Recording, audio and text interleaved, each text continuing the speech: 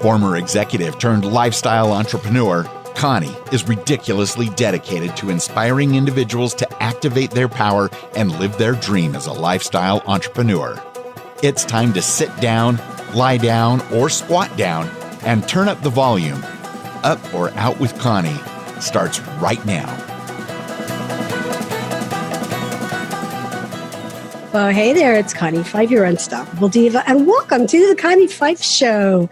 We are a business radio show with an edge. And I mean, it's unscripted, it's unedited.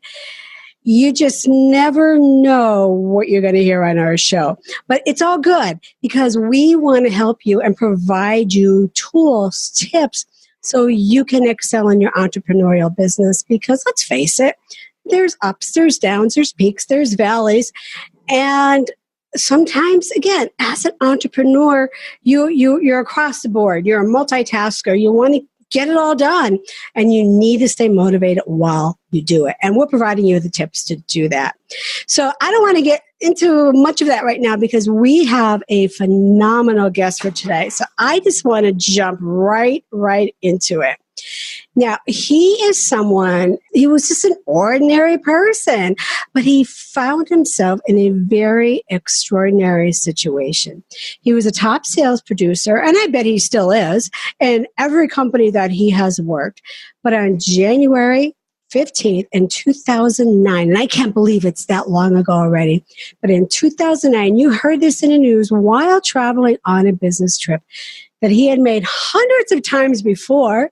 Like all of us when we travel, especially, as speakers or authors or those road warriors, we get very routine and we take things for granted.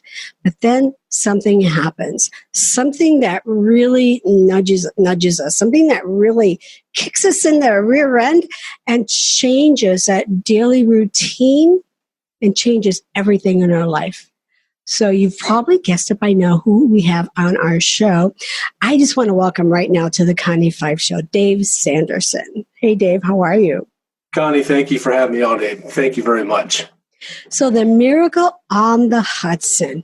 I can't believe 2009, it's been that long already? Almost 10 years. It'll be 10 years this January, correct. Wow. I mean, and I'm sure you could ask this question all the time, but I mean, what was it? What were you thinking at that moment of impact? Yeah, there were really a couple moments. The first is when you hear those words that the crew says, this is your captain brace for impact. That's when the first thing is like, uh-oh, this is probably not going to turn out good. But when you're going through impact, and I really tell people it's that moment before impact. Because when you're crossing over the George Washington Bridge, you're going straight towards Manhattan, straight towards the river. It's like you have no control. And one thing you realize is you don't have any control. Only thing you control is your mind. Right. But the first time I was asked that question, it was probably 6 or 7 years ago. When it was telling me, I was like, let me tell you what happens. It's the movie of your life passes before your eyes. When you think you're going to die, you have less than a minute left. Right. And all of a sudden you sort of put your head down, right? It's coming. Right. And you just don't know how it's going to happen. So you see things in your life that passes that you've done, whether it's Little League baseball or your first date or you go into a date, whatever it was, my kids you see clarity. And that's what I tell people. And I tell people that I start to give them a contrast. I'm like, I had a friend who went through the earthquake in Haiti. And she survived 6 hours in the earthquake underneath rubble in the earthquake in Haiti. Wow. And she came back, and she and I were just sharing stories. And she said the same thing. She said, when I thought I was going to die, it's like I saw things with clarity. I saw my mission. It's exactly what happened to me. I saw clarity. So and all of a sudden you make that impact, and like, okay, this is it, right? Right. And all of a sudden you come back up, and it's like, well, I made it. But now water's coming in the plane so quickly. It's like I might die because I might drown. Right. So now it's like part two, right? It's like, okay, you got part one, you made it. Part two is even more dangerous because water's coming in so rapidly. Right. And I was in seat 15A, Connie, which is 4 rows behind the left wing. So I was towards the back of the plane. And so, you're pretty much back there. And the plane is angled like this. Like just to get off a plane normally. Right. Now when you got it filling up with water. And the plane's at roughly 45 plus degrees because it's sticking out of the water. So the backside of the plane's in the water. Mm-hmm. So you look out the window, is the 3/4 filled with water already up the window. So now you got that issue to deal with. So Right. I tell people there were a lot of moments, and that's why I call my book Moments Matter. A lot of moments that all of a sudden add up that Kaylee, I shouldn't be here today, but for some reason we all made it. Right. Whether it's the grace of God or strategies. And I tell people I say this is a perfect business case. Because you can look at the business aspects of this, take the emotional stuff out, right? Teamwork, leadership, right? How to communicate effectively at times of crisis, right? So it's a great business case too. Yeah, I mean, I know my business went through that this past year, and it was like, okay, let's not panic. What do we need to do? What do we need to turn around? What do we need to do to move forward? Just like with that crash. I'm sure there were some people that were froze and I can't do anything. This is it. I'm done. I'm doomed. I'm dying. And they just froze and stood there. And that is easy. I mean, it's human nature to do that, especially in business. So where did you find that strength yourself and those passengers around you to, pick yourselves up and get out those doors? Well, for me, I had a game plan. When I was going down, my game plan was just get to the aisle, get up and get out as quickly as I could. That was all I could think about. When I got to the aisle, though, Connie, this is what changed for me. So when I got to the aisle, I was making my way out. But then I heard my mother in my head, and she had passed away in 1997. Okay. And there was something she would tell me when I was a child. And all of a sudden, I heard her tell me, it's like, if you do the right thing, God will take care of you. Right. And I tell people, after I thought about that, after all this happened, I said, one of the great things about my mother, which I've now learned, but I wish I had known before, is that she always said she would make us make our own decisions and live to the consequences. And I say, as a parent, and I know about you, but I know as a parent, I wish I had done that for my kids more, make them make choices. So I didn't make them all the time. So they have to live with consequences. So when I heard that, I climbed towards the back of the plane and got behind everybody. And my game plan was to see if anybody needed help. And when everybody was moving, I just started moving like everybody else. And the first light that I saw was on the right, and the door was 10F. So I just get out. And all of a sudden, you look up, and there's no room on the wing of the boat. So that's why I was inside the plane for 7 minutes, waist deep in 36-degree water. But then they were yelling to hold on. And I found out the later reason why is because the little lifeboat was floating out into the river because of the current, because the current was extremely fast in the Hudson River. Folks, if you're listening in New York, from New Jersey, they appreciate it. But if you're not from the East Coast, you probably don't understand. That river is really fast. Yeah, I've been on that river. Yeah, to move. So I was on the lifeboat, waist deep in 36-degree water for about 7 minutes and couldn't get out because there was no room until I felt the plane shift. And what happened, I found out later, is a tugboat who came in for the rescue backed out and touched the front of the plane and shook the plane. And that's where I felt water go up my back. And the first thing I thought about was Titanic. I'm like, this thing's going down, man. It's going down. Yeah. And if you remember Titanic, when it went down, it sucked everything down inside it. Right. That's why I jumped in and swam to the closest boat that I could find that happened to be the end of that wing. And that's how I got off. But now I got to get on the ferry.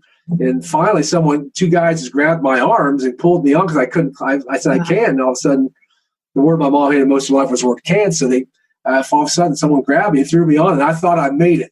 I said, Connie, that's the moment I said, I made it. But that's the moment I didn't make it, because that's the moment. And I give the example of, like, especially firemen. And I love speaking to firemen and military and police, because these guys get it. Gals and guys get it. Right. You see them rushing into the battle, right? They're going in. But the next thing you see of them, they're sitting on the curb with all their equipment on their back, and they have nothing left because all their adrenaline's gone. Right. The adrenaline was gone. I had nothing left. I was so cold.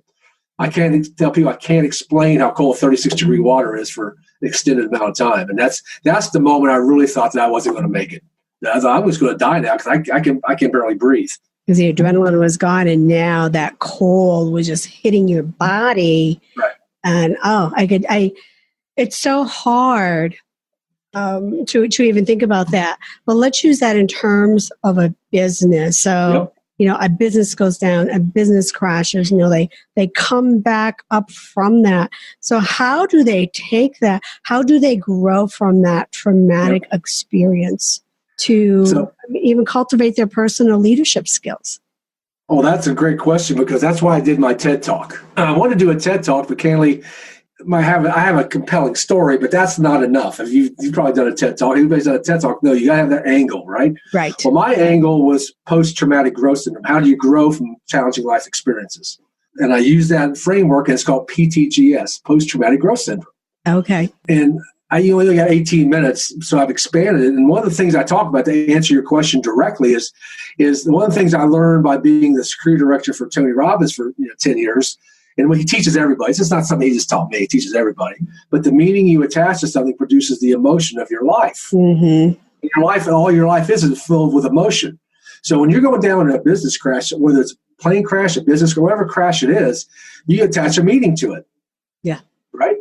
And one of the things you learn is you can change the meaning to anything. I'll give you an example. I was in the green room of either Good Morning America or the early show with a bunch of the passengers. And I was talking to one of them, and he saw this as a tragedy. He saw this. He went through a plane crash. He lost his wife, and he's going to lose his job. So his life was crashing into him. My perception is this was a blessing. This opened up so many avenues. And all of a sudden I realized the meaning I attached to the same thing that he attached is totally different.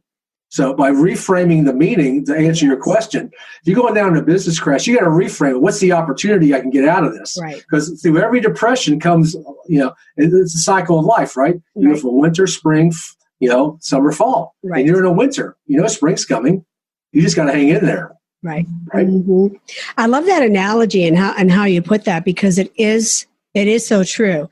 And it's really that mind shift to look at that and say, and for me in business, and a couple of years into the business, I lost my voice. I couldn't speak. I was on the speaking circuit, speaking 100, 150 times a year. I was hustling it. Then I lose my voice, and then I get sick, and I was literally knocked down for almost 2 years. I had 9 surgeries in 2 years. Now, most people never expected me to come back. They just figured I was done, or I was going to just, roll out into the sunset, I guess. I don't know. But they never expected me to come back. But I never looked at it that way. I looked at it as a gift. Because, all right, it was telling me I had to slow down. My body wasn't able to keep up with the momentum and the pace that I was working at. So that was a gift to me to say, okay, what do I really excel at? And when I realized what that was, that's how I reframed my business and continued growing from there. And that's where my success has come from.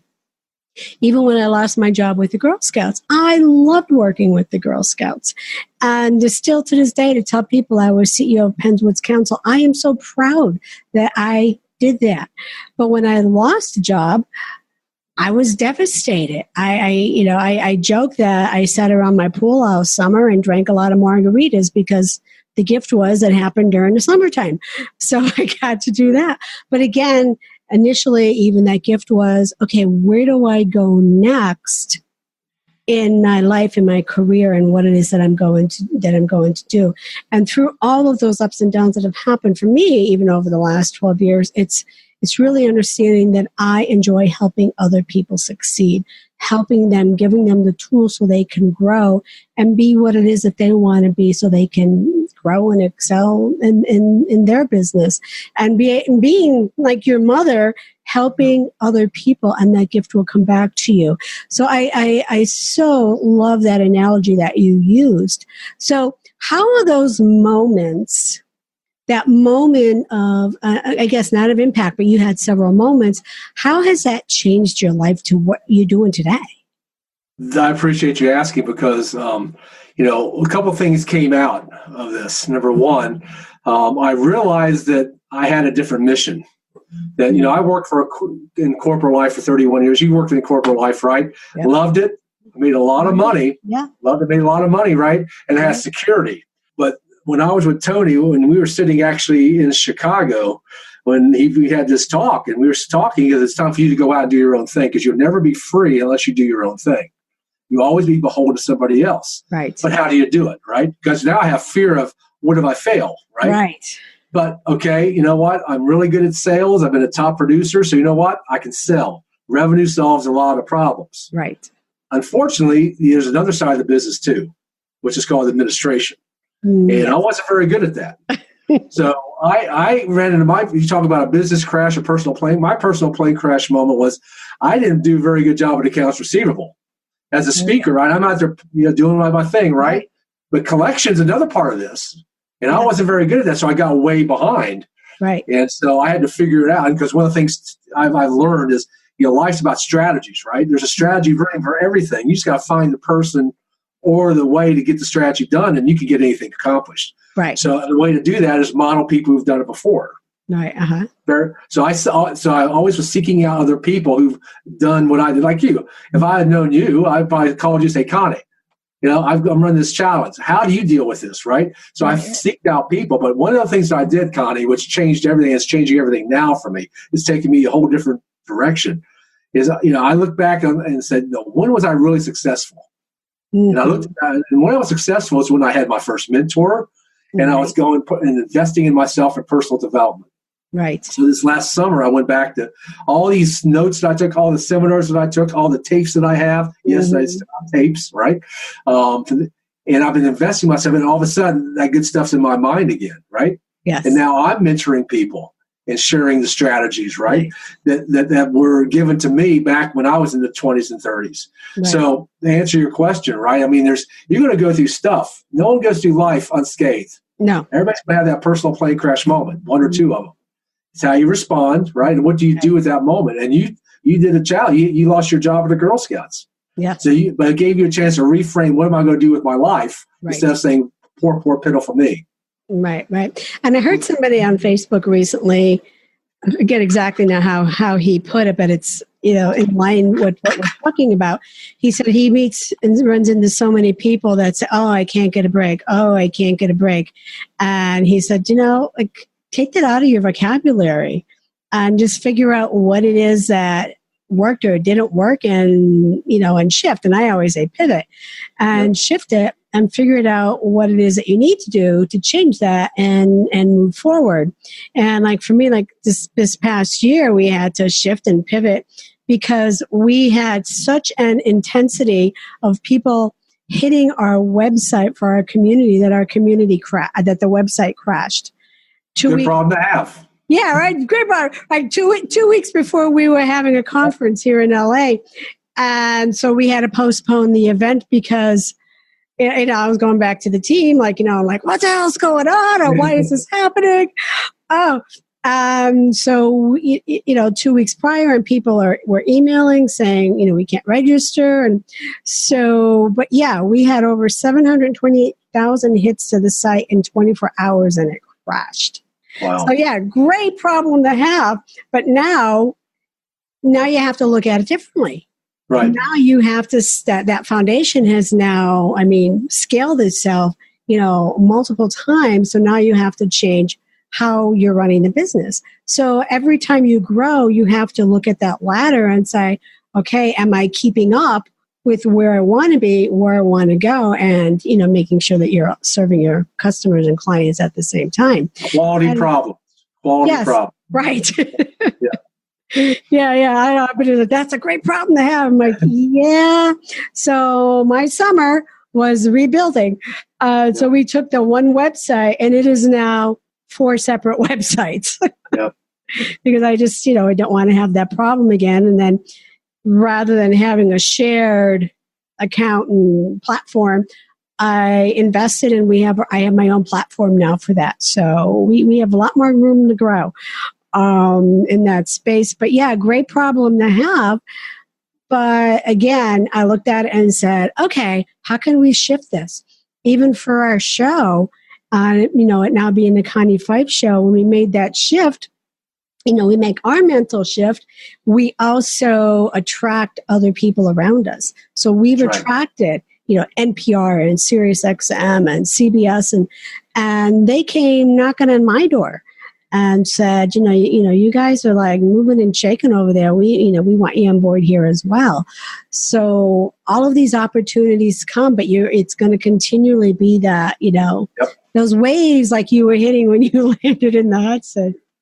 It's never going to be smooth sailing. There's always going to be something. And, I read the book, The Fourth Turning, and it basically helps you anticipate, right, where things are going based on history.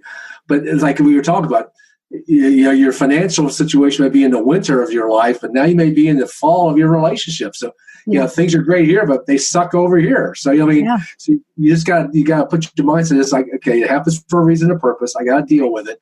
Get the strategy, let's fix it, and then we'll move on to get it to the spring. Right. Exactly. And I'll have to agree with you that most entrepreneurs I know, when it comes to the administration part, are horrible. Yep. Especially speakers. I found speakers. Guilty. But then I made sure I built that team around me that will do that. And we even have them do that for our clients now, because that's the thing. They'll come and say, I hate marketing, I hate sales, and I hate administration. Okay, well, what do you like to do? I want to talk. That's all I want to do is talk. Right? I get that. Just tell me where to go and I'll be there. I'll show up. As long as your team could do everything else. And that was really prompted me of building out the bureau, because it's more than just a bureau.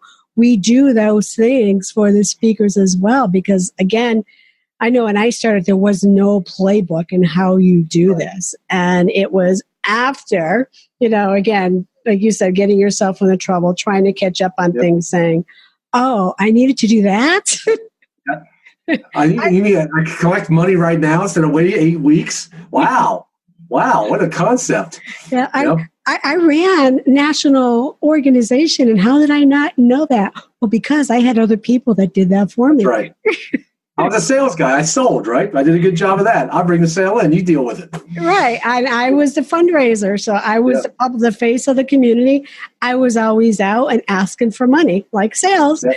Right. And I brought it in and I handed it over to, and everybody else handled everything else around me. Right. I remember starting to do this. I was like, all right, I could do this. And now we're talking 12 years ago. And I was like, okay, I'm going to do a mail merge letter and I'm going to send it out to everybody I know. And they just love me and they're all going to call. And I called my former assistant and I said, how do you mail merge? And she's like, let me pick myself up off the floor first. Yeah. She's like, after I get done laughing, I'll sort of make you. Yeah. And then, of course, I send it out. And, the other eye opener was nobody called.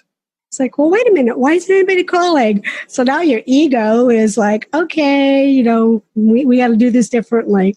So it's really, really interesting. So I have a couple questions for you. Okay. All right. So what makes you unstoppable? Well, I think that what makes me unstoppable is I focus myself on personal development. So I'm always putting myself in the mindset that I can't be stopped. I mean, I look at things as you use the word pivot. I use the word shift, right? The same thing. Right. So when I see a wall, I just go around it, right? Yep. I used to go through it. And sometimes the wall is really thick.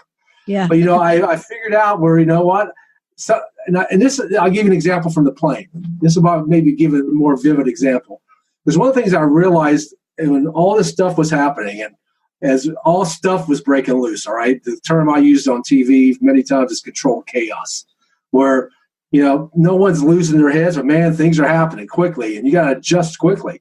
Right. But one thing I realize is when you're in that kind of situation where all stuff's coming at you, maybe there's somebody else who has a better strategy than you do. And sometimes you have to check your ego at the door, let them take the leadership role. Right. And that's what happened on the plane a lot. I mean, there's some times where I was doing some things and I thought I was pretty good, right? I knew my stuff. Right. But there were a couple things that other people do how to do better. So that's what I use in my business likewise. I get the better team around me, but I'll find somebody who knows how to do the job better than I do, and I'll leverage them, whether I outsource to them or leverage them, which makes me unstoppable because one of the questions I ask people when I do my workshops, Connie, is, do you want to be in charge or do you want to be in control? And people just sort of they don't know what to do, right? They want to be in control, right? I want both.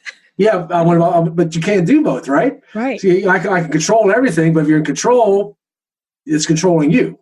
But if you're in charge, right, you don't have any control, but you're leveraging. So what do you want to be in charge? Do you want to be in control? All of a sudden, I get people's inside people's heads. Because my first mentor, Bill, asked me that question back in 1986 when he took me on. And I thought, when you're 24, 25, you think you're unstoppable anyway, right? You're Superman. Right. You're bulletproof. And all of a sudden, you know nothing. You figure out you were somebody who's 60 years old who owns 80 movie theaters, a multimillionaire, and you know nothing. Right. So when he looks at you, and he took me under his wing and asked me these kinds of questions, it opened my mind. Where, you know what? I was so all about control back then, but he really said, if you want to be in a leadership role, you got to be in charge. You got to step back and let other people correct them if they need help. Right. So that's the answer to the question I give. It's like, sometimes to be unstoppable, you got to check your ego at the door and let somebody else who knows how to do it get it done. Yeah. And again, that was something that I had to learn as well, because mine was, I was a CEO, I was director of organizations, like, what's going on. It was my coach. I mean, and having a really good coach around you is priceless. It really is. My coach, I remember him saying something to me when I went to him, and this was happening, and nobody was responding to my mail merging. and you go a shot, right? Right. Yeah. And I'm like, but what's going on? And I remember him saying to me, are you all in this game, or do you just have a toe in the water? When you figure that out, he goes, come back to me, and then we could work together. So, and I always remember that. And again, going back to being in control, I had to let my control go. I had to let that go, and say, I'm all in this game, and I'm willing to do what it takes, to make it happen. Burn the boats, right? You got to burn the boats. That's right. And he was in Nashville. I was still in Pennsylvania at the time. I remember calling him up and saying, I need to speak with you. I'll be there tomorrow. And drove from Pennsylvania to Nashville so I can have an hour-long conversation with them. That's called commitment and resolve, right? Right. Which is different than I want to do this. Right, it's different. This was commitment. I'm committed. Yep. I'm coming to see you. Yep. And he was like, oh, I'm jumping in my car now. I'll be there tomorrow. I'll be there 12 hours. Yep. Mm-hmm. And you know the route I took. Yep. All the way down to 81. Yeah. 81 cutting over. Yep. And I cut over, and I showed up and had that meeting with them. I think the meeting was over in 5 minutes, and then the rest of it was just, catching up. Yep. But that was my resolve. That was my commitment to make this done, just like you. So what is your process for evaluating opportunities? Well, number one, that's a great question, because I used to evaluate them a whole different way. Now I evaluate them. Does it meet my value set? Does it work in my mission? Where before it was all about profit driven, and yes, we all need money. Right. But I'm to the point in my life now where it's about legacy and looking at, here's my mission. Does it fit into my mission? Mm-hmm. And then if it fits into my mission, does it fit into my value set? Okay. I've had situations lately where, yes, it fits into my mission. I want to, add impact to people and do this and that. But, I have to check some of my values at the door to get it done. And I'm to the point now I don't need to do that. I should have done it back then, which I did. I'm not a saint. I did. But now, if it doesn't fit those two criteria, that's how I make my decisions on what we'll get involved with. So what is your mission? My mission is to be happy, realize I accomplish anything I desire, and have faith in my Creator, inspiring others to be the same. That's my mission. I wrote that in 1994, and I tell people, I paid $4,000 to go do this thing, right? But that's when Stephen Covey was coming out with all his stuff, and it was new stuff, right? Right. Stephen Covey was the man, right? It's like, that's whoa. Right. And all of a sudden you come home and you're not doing it, and you're a loser, and you're telling your wife you spent $4,000. It's like, what? Right? Yeah. But I tell people, God's delays are not God's denials, because that happened on January 15, 2000. That mission came true. Because all of a sudden now I'm impacting people. Right. I'm happy. I'm living to my Creator's values. Right. So God's delays are not God's denials. Maybe you're not ready for it yet. I wasn't emotionally and physically and mentally ready for that yet. Right. Mm-hmm. So, but it took me 15 years to figure it out, and now I can do it every day. I think me, like I said, that really, I would say 10 years, and it really, I think it took Mom even being sick, and that was really an eye-opener for me, because I didn't grow up with my mom. And so I really got to know her. And that's why I chose to live by my mission, which is to serve God first and keep the passion of life activated. And it's a little bit, more than that. But I chose to take that step back and say, the business will be there when I'm done. I need to spend time with her. It was more important to do that. And I would not have changed that for the world. Yep. Okay, we get choked up over that. So, but I still hear her in my head. So you will. You just do. You just do. So I know that you have a giveaway for folks if they text 797979 and then they put in brace for impact. Number 4, impact, correct? Right, brace number 4, impact. Is that case sensitive at all, or just brace number 4, impact? The number, you have to have the number 4 in there, not FOUR. Number 4. Okay, number 4. Okay, right. And they're going to receive your first video from your new series of overcoming adversity in challenging times. That's correct, and what was happening is probably happened to you too, because you've been doing this a little bit longer than I have. Is you having people call you all the time? They want you on stage sometime, and you want to do this. You want to serve everybody you can, but there's only so much time. Right. So I was able to really get defined on what my mission was by a conversation that I had with my former assistant. Now, it came out of a discussion after I talk about I helped my neighbors down the street. I had 2 elderly neighbors. And when I'm sitting, where you see me sitting right now, my wife called me and said they need help getting their TV on. I'm pretty good at getting TVs on, right? Okay. And they're your neighbors. You go do anything you can. And they're older, late 80s, right? So you go do, right. I go down there and fix your TV. And they say, can you stay for milk and cookies? I said, I love milk and cookies. Right? Especially a couple older ladies you could probably bake, right? Right. Probably good bakers. Uh-huh. So I'm sitting there waiting, but I'm looking, and I'm sitting there at the coffee table flipping through the books, and all of a sudden I'm seeing pictures of concentration camps. Ooh.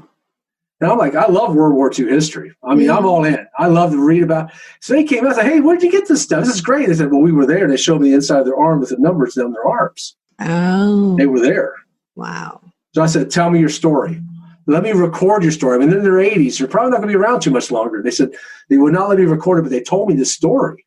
Okay. About being in the concentration, surviving and thriving.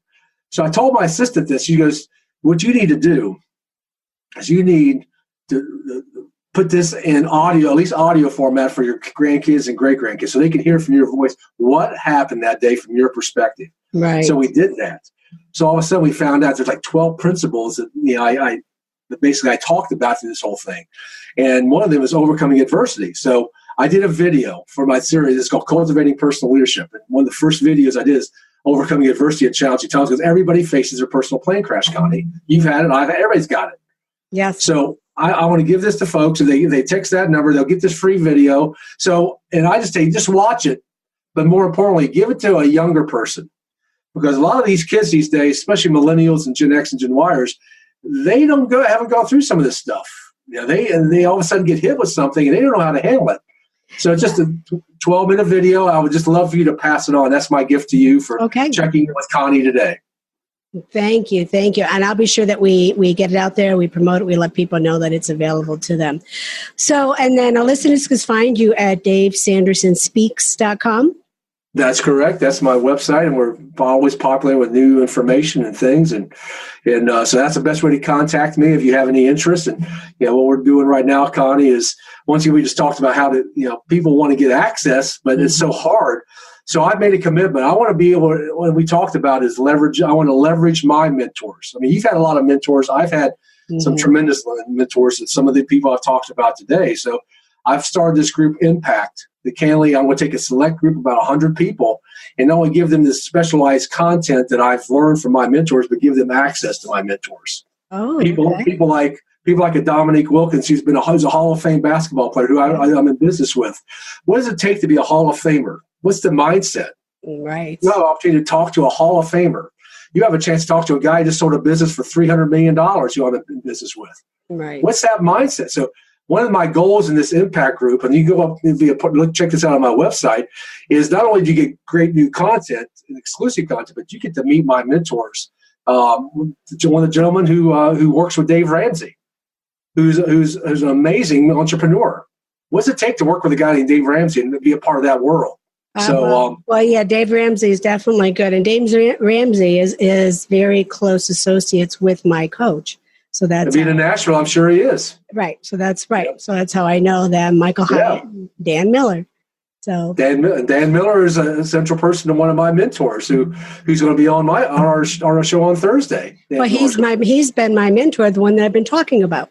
Well, tell him Aaron Walker said hi, okay? Because Aaron Walker and we're going to be on this show on Thursday together. Oh, okay. Got that. Well, November 15th, whenever November 15th Okay, is. coming up. Okay. Well, yeah, super cool. That was a small world. It is a small world. So, yeah, it's Dan.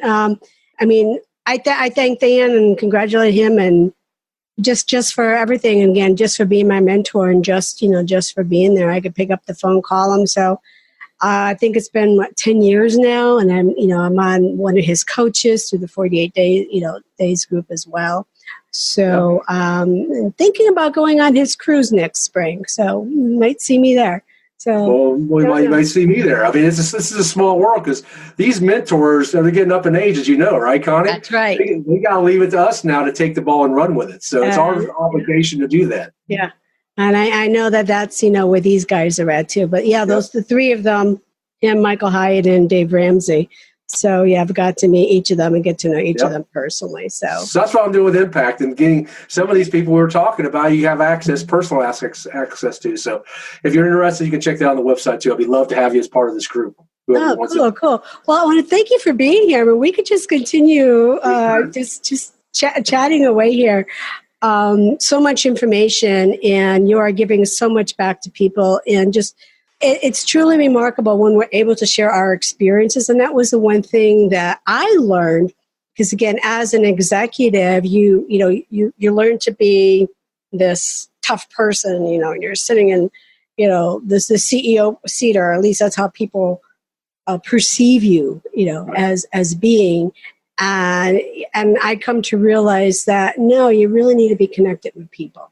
You really need to really be putting your heart out there and connect with people. And when they connect with you, it all comes back to you. And, that's what was one of my major learnings over the last 12 years, is to really love myself and put myself out there. Well, you're doing a great job, and I really appreciate you having me on your show today. Well, thank you. And again, for everybody listening, and I do say it all the time, and this is what I enjoy doing the most. Giving our listeners, giving our members those tools, the resources, so you can live your dream. So hang in there, because we will continue moving our ideas forward and keeping the passion of life activated. We have feature advertising available, so check it out on our website at activatemypower.com. And soon, it's still a bit under construction, theconnie5show.com. We're just moving everything over there, so it's simple and easy for you to find. The Five Group is ridiculously dedicated to inspiring individuals just like you to activate your power, live your dream as a lifestyle entrepreneur. So what does your lifestyle business look like? Now, you're listening to The Connie Five Show. If you like what you're hearing, like and share us with your friends and colleagues, and be sure to just subscribe on iTunes. Until next time, activate your power. Always end your day with a positive thought. No matter how hard things were throughout your day, tomorrow's a fresh new opportunity to be better, be stronger, and be unstoppable together. See you next time. Bye-bye.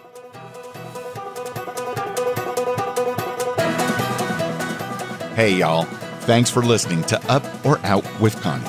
If you like what you hear and would like to be a guest, email the team at bookme@uporout.com. Learn how you can activate your power at activatemypower.com.